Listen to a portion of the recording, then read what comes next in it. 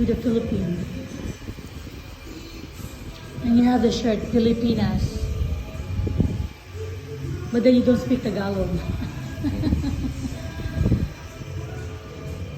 Pero Pinoy po talaga yun. Ano yan? Pinoy po talaga yan. Oo, pure blood yan. Tatay niya Pinoy, nanay niya Pinay. Ano na kayo nagkakilala? Mahabang story. Friend, through a friend of a friend. Sa Canada na. Sa Canada na. Love at first sight yan eh. Sabi ng, hello, good morning baba, good morning. Isa kayo sa mga tattoo artist. Oh.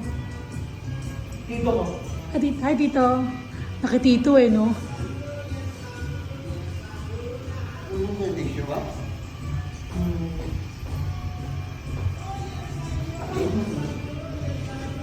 Pero hindi masyadong masakit yan kasi ano naman yan eh, braso naman yan eh.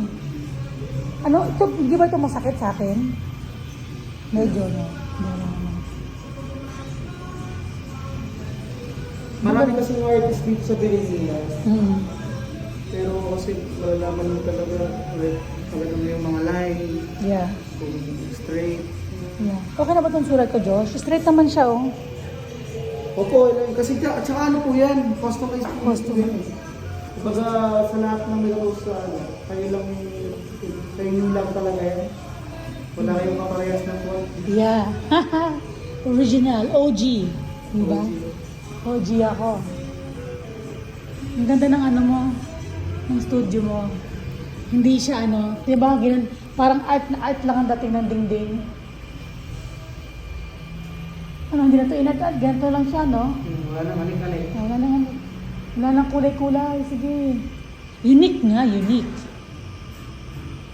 Karamihan po ng ganyan style dito sa Pilipinas. Coffee shop. Yeah. Ano ba? Yung feel mo na hindi ka natural. Yung ganyan, inspired, retro. Retro, yeah.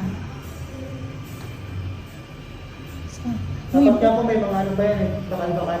Kasi iniisip namin baka may tamaan. Alam mo talaga parang ginibatas. Oo, yeah. Yung parang meron pa dito mga ala-alambre, no? Ito, meron naman eh, oh. Kalawit din. Kasi baka may tamaan, masabitan. Oo. Mga demanda pa kayo. Yung ibang mga tattoo artists, ang didilim ng mga nila, eh, no? Yung mga loob ng ano nila, Kulay black. kulay black. Ano na masyado ng ano yon? Ano, masyado na siyang, ang tawag doon? Underground.